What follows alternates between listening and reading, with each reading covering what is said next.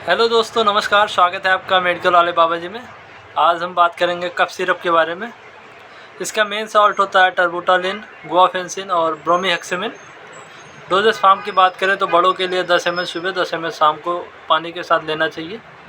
और अगर side effect की बात करें तो इसके side effect diarrhoea, nausea, vomiting, bloating, dizziness, stomach pain, headache और स्वेटिंग, ये इसके कॉमन साइड इफ़ेक्ट होते हैं। इसी तरीके से मेडिकल से रिलेटेड वीडियो के लिए हमारे चैनल को ज़रूर सब्सक्राइब कीजिए। Thank you.